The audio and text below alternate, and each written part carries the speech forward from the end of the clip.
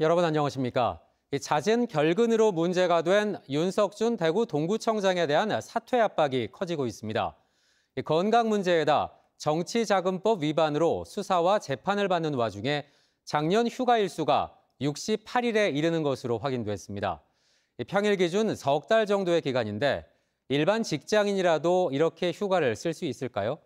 구청장 업무 추진비 사용 내역을 살펴보니 구정 공백 실태가 고스란히 드러났습니다. 박가영 기자입니다.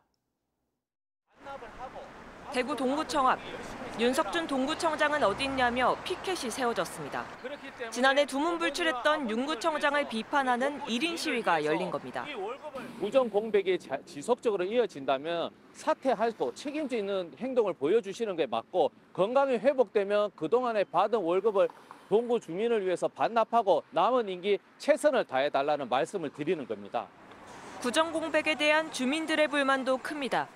삼만대 공원에 건물 짓는 거 허가 다 안 해줘가지고 원래 공원에 지면 안 돼. 건물 뭐 4층짜리 몇 개 지냐. 여기 항해하러 이렇게 동구청장 아예 출근도 안 난다. 윤 구청장의 결근이 잦아진 것은 2023년 말. 정치자금법 위반 혐의에 대한 수사가 시작된 시점과 맞물립니다. 윤 구청장은 2022년 지방선거 당시 미신고 개인 계좌를 통해 선거 비용 5천만 원을 쓴 혐의로 기소됐는데 최근 검찰의 공소 사실을 모두 인정했습니다. 구청장의 잦은 결근은 구정 공백으로 이어졌습니다. 올해 시무식은 물론 수해 현장, 본회의 시정연설 등 주요 일정에 불참했던 윤 구청장. 건강 문제 등을 이유로 지난해 1월부터 11월 21일까지 사용한 연가와 병가만 68일. 2달이 넘습니다. 윤 구청장의 비정상적인 직무 수행은 업무 추진비 내역에서도 드러납니다. 지난해 12월 동구청장 업무 추진비 사용 내역입니다. 경조사 5건, 25만 원을 집행한 게 전부입니다. 같은 해 6월 집행 내역은 7건에 불과하고 그마저도 4건은 경조사비, 1건은 음료 구입에 쓰였습니다. 같은 기간 대구의 다른 기초단체장들이 정책 간담회와 기관 운영비 등의 수십 건을 집행하며 활발하게 직무를 수행한 것과는 대조적입니다. 시책 업무 추진비 지출이 한 건도 없었던 영원이었던 12월 같은 경우나 아니면 아예 집행 내역이 10건도 되지 않는 기간은 이건 아예 소홀한 걸 넘어서 공백이라고 보여집니다.